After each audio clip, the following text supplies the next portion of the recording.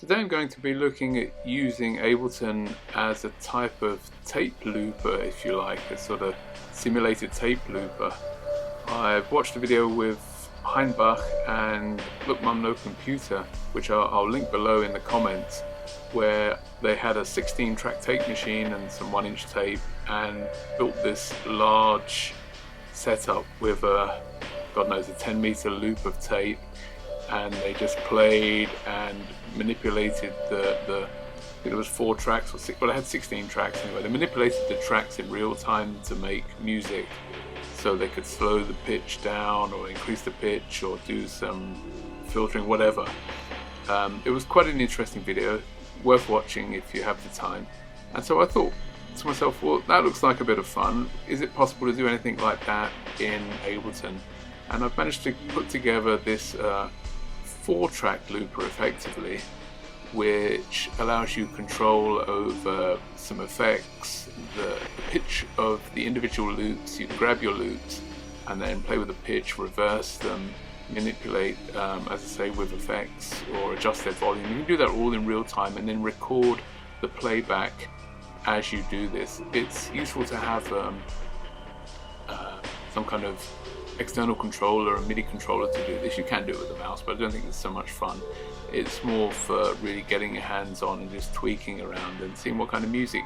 Now you can hear an example in the background.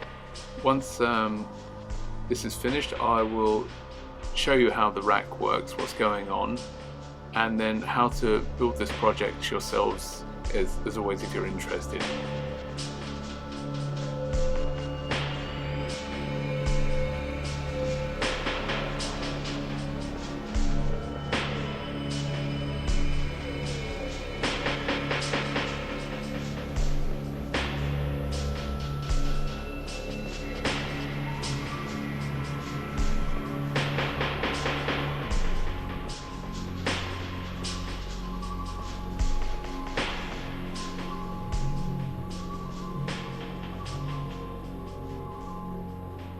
So let's have a look what we have. I've got an instance of analog here on this channel, so that I can show it works with VSTs or even external instruments. I've got a selection of sampled loops here, which we can play and use to capture as well with the analog. We have the 4-track looper here. This consists of looper number 1, 2, 3, and 4. I've set them in this instance to only 2 bars to speed up the video a little bit, but you can go up to 16 bars here. You can do variable length, but then you don't have so much control, especially over the looping. You won't get a clean loop. So you can go up to 16 bars with each of these loopers when you do your sound recording and playback. So as I say, we have the track looper here, and finally we have the audio capture. This allows us to capture any audio that we manipulate here with the rack. So let me just explain how this is put together very quickly. As I say, we have a MIDI track, we have some samples here. Now, if we look here, I've directed them to 4-track looper, which is this audio track here. So we're taking all of the audio coming from this track, all of the audio from this track, or any other tracks you put in. If you set them to the 4-track looper, they'll come in here. We have this set up with the monitor on, and the audio here is going out to the main. So this is a way of using effectively the track looper track as a submixer. We're mixing these 2 channels here together, and then this is being captured here on the audio capture with resampling. I've selected here resampling instead of external in, and this captures everything going out the main channel over here. So we have an ability to capture our performance, and this is also set to monitor in. So that's how the channels are set up effectively. So let's have a look at the looper then. What do we have in the looper? Well, as I say, we have the 4 loopers, and they are controlled here with these macros. We have the speed 1, 2, 3, 4. We can reverse what's being played in the loop here, 1, 2, 3, 4. We can adjust the volume of the loopers here, and on the back of each looper I have an individual set of effects unique to each channel. So this one has a grain delay, here we have a redux and an overdrive and some other utility there for, we'll come to that in the build, but as a function. Here on number 3 we have the resonator effect, and looper 4 we have a beat repeat on here. So we have 4 different ways of mixing up the sound and manipulating it. So you can choose, as I say, if you've got a drum beat, maybe you want to come in on loop 4, so you can take effects or make use of the beat effects here. Or for track 3 you have some resonators, maybe you want to pitch some. You can just leave it random, or you can be specific in how you record your loops. Okay, so let's have a run through what you'd actually do then. As I say, I've set this to 2 bars. You can choose your length for each of the loopers. So first of all, we will start the audio capture here. That gets that running. So that's now capturing the audio. And we go to our track looper. This is muted at the moment, so perhaps we'll start with number 4, looper number 4. We'll take this here. If I activate this now, we can see we're playing this bouncy beat loop here. You can hear that coming in here on the looper. So if I capture that now by just clicking here, this will capture the loop. Now that's playing that back, so we can turn that off. And we have to increase the volume of track 4. I add on 1. Any of these will allow you to monitor, but if you want to hear the playback, of course, you have to have the volume associated with the looper. So now we can affect this, reverse it, slow it down.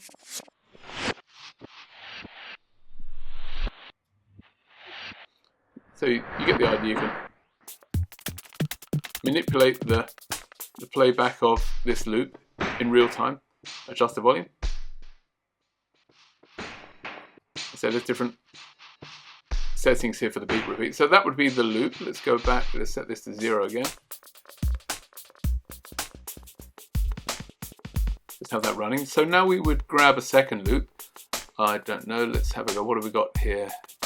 We can start this one playing here, the Atmos Dark, and that's on channel 2. So we'll listen to that, and we can go to looper 2. And when we're ready, we just activate it here. Very short loop, this one. We've called that. So we can now turn this off again.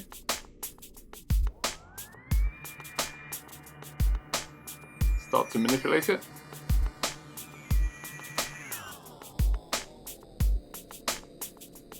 Okay, let's grab the next loop.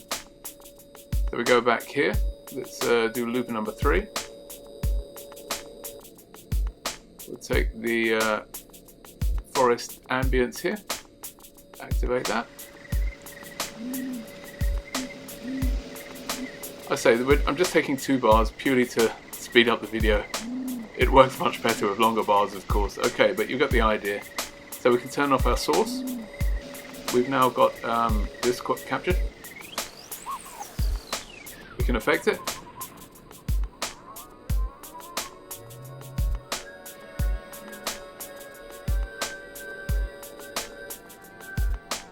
And then finally we can capture our final loop. Well, let's take the analog here just to show we can. This is the drift instrument, so we can get this playing here. Get that one playing as well. And we want loop. Well, we've got looper number 1 left. So let's grab that.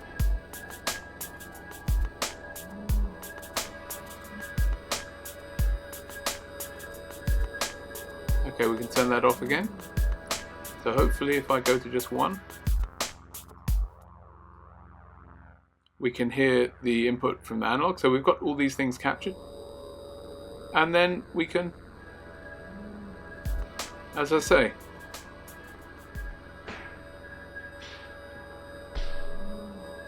start to play around until you get something you enjoy.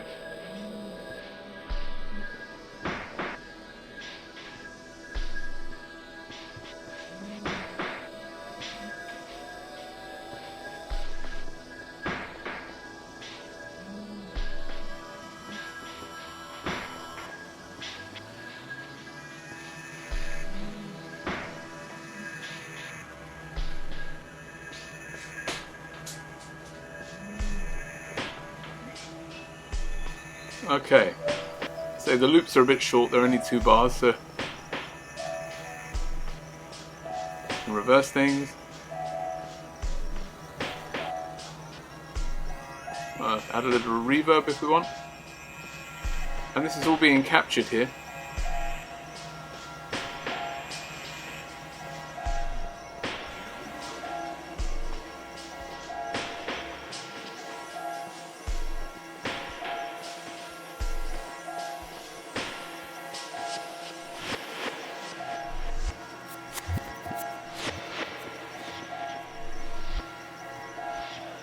Okay, I think you get the idea of what's going on. It's, as I say, it's just a bit of fun really. You can capture these things, create atmospheres and anything you like.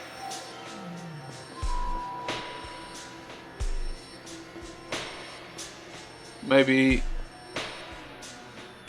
it's time to just show you how this actually is put together. It's not too difficult. There's a little bit of work to be done with the setting up the effects and things, but as I say, it's not too difficult. It's quite a fun thing to play around with, just experiment with these sounds. It's a different style of making music, I guess. It's been going on for years with people with tape, and I thought, well, why can't we do that in a DAW? Let's have a look.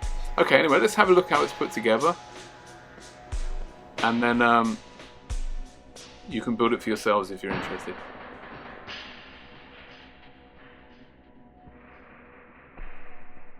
So I've kept the original MIDI channel here, which has analog on, and I've kept an audio channel here with samples on. But I've introduced 2 new audio channels here. This one I'm going to rename as Looper, for track Looper. And this one we'll rename as Audio Capture. Okay, so it's very simple. To set these up, we want these 2 channels or any other channels you have here to come into this submix here. So we just go down to Audio 2 and we select the 4-track looper here. Do that for this one. And now both of these channels are being redirected through here, through the 4-track looper. And for the audio capture, we simply want to set this here external in from resampling and set the monitor. So make sure the monitors are set on both of these, and that should work fine. Right, this one goes to the main, this goes to the main. Okay, so we'll go now to the track looper. I've kept my original audio effect track. You just drag one in here, audio effect, drag it in. Then we need to open this up here to get the macros. I've kept my macro names. You can rename these yourselves, keep my names, use your own name, whatever you like. Okay, so we'll open them all up. We need all the macros. And the first thing we need to drop in then, of course, is the looper effect here. We'll drop that in and we'll set this up very quickly. I'll set it in this instance to 8 bars. You can set this to 16, whatever you like. And we need to press this little icon here to set it to play. And here at the bottom here, where it says always, we need this to record, overdub, stop. So that is effectively the looper setup. It'll work with the global quantization. So now we want to come over here and click the bottom, the chain icon, and we're going to rename it. Well, we'll do that in a second actually. We'll just duplicate this. Do this 4 times so that we have the 4 loopers, and I'll just rename this looper 1 very quickly so that we know, and this one rename, we call this looper 2.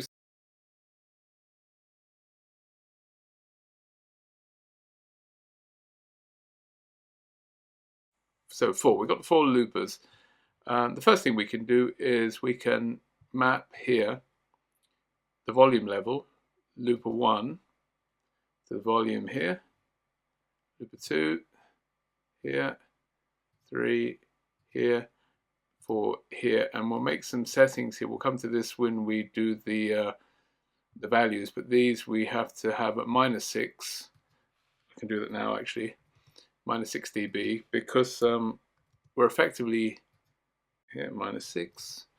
We're effectively combining the output of these 2 channels in here, so we have to have a slightly lower volume. If you had more channels coming in here, just be a little bit careful with your levels. In fact, I always have on the main channel, I'd recommend you put a limiter here. You can find the limiter here just above the looper. Drop that on your main channel, so if anything does get a bit loud, at least you catch it with your main channel's output. So let's go back to the 4-track looper. So we have those 4 in there, and we can start on looper number 1 here now and put in our effect. For number 1, I use the grain delay. Now, if some of these effects are not available in your version of Ableton, then you can just use what's available. Put a different effect here. This is just how I set it up. The effects I wanted on the back of the looper. Take your pick, choose what works for you or what you have available, and then put it in. So I had on here the grain delay. On looper number 2, I put the redux here, along with the overdrive. Where are we here? And I've dropped the utility, which I'll come to in a second when we connect this all up. But the utility effectively, when we drive the overdrive, we want to reduce the output level here. So we'll combine those 2. Then for the 3rd one, I had the resonators. And we'll set these all up in a second. I'll just put the effects in first. And on the 4th channel, I had the beat repeat. Beat for beat. There we go. Right, so let's go back to the first one and just make a few settings, see what we need to set up here. Only this value, which I set at 10. The rest we will map. I left it on frequency, so we're controlling frequency and pitch here with this function. We'll come to the mapping in a second here. I had it on 2/16 here for the delay. Okay, let's go to the next one, the redux. Don't think there's much to set up here. We'll just be mapping these. Check. Yes, that's okay. So we'll just map those. And this one here, where you can choose your semitone offsets. This one here, I had did a little variation of the Hendrix chord. So this is +4 here, +7 and +10. Don't ask me why. Just at that moment, thought the Hendrix chord would be nice. Anyway, so that we have in here.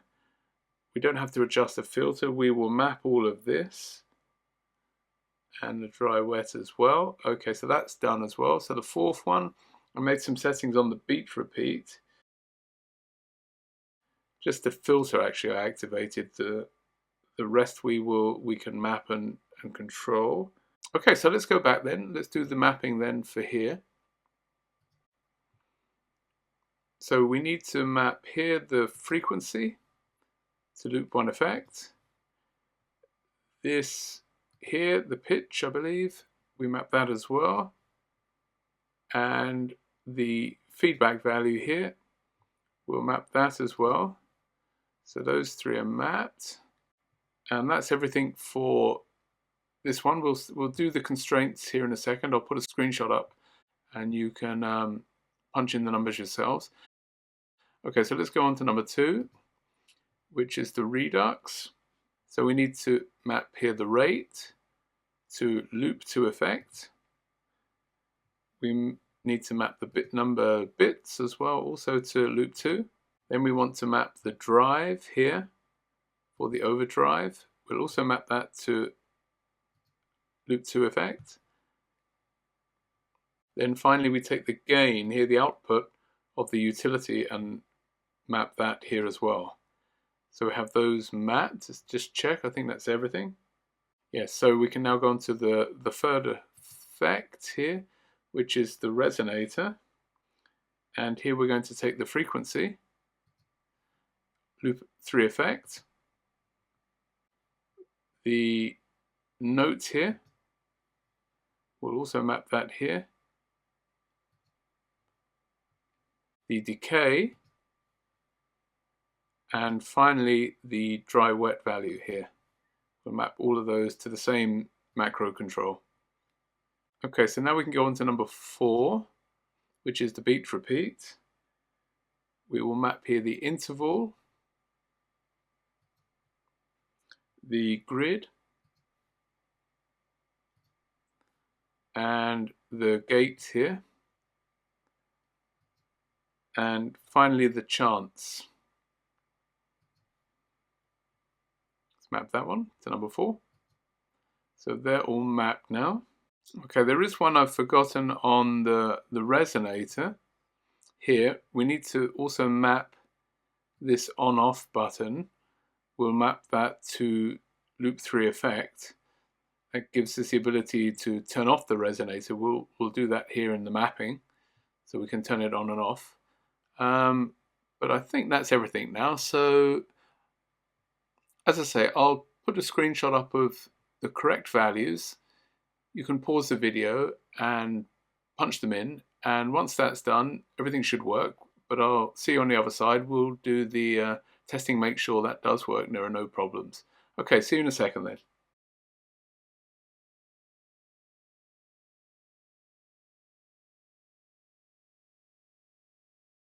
So, okay, once you have these values punched in, things should work. You can see I made a lot of settings really in the lower part. The top, there was just the volume here, but there were quite a few specific settings I made here to make it work. So just be careful when you punch those in. Okay, let's close that now, and we'll see if we can grab a loop. Okay, so let's get the audio capture running. We just need to arm this track here, and that will capture our audio for us. Now we should be able to do our first loop. Let's try. We'll try the forest ambience. Let's set that playing. Open up here.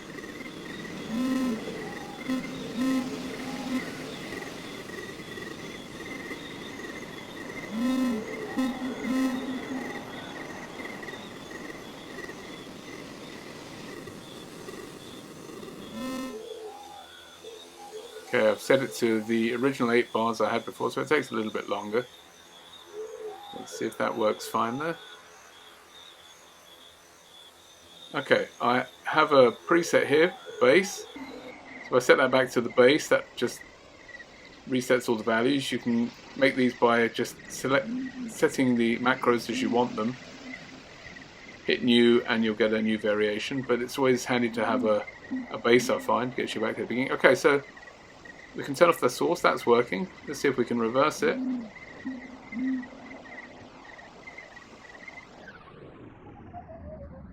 Affect it.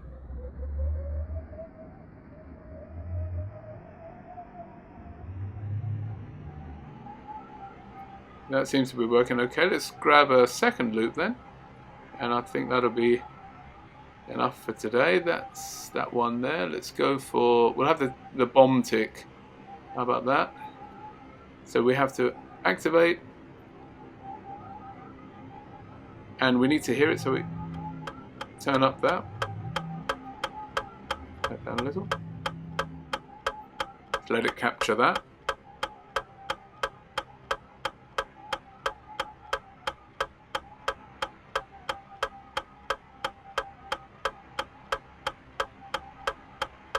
Okay, we turn off our source. We should have loop 2 now.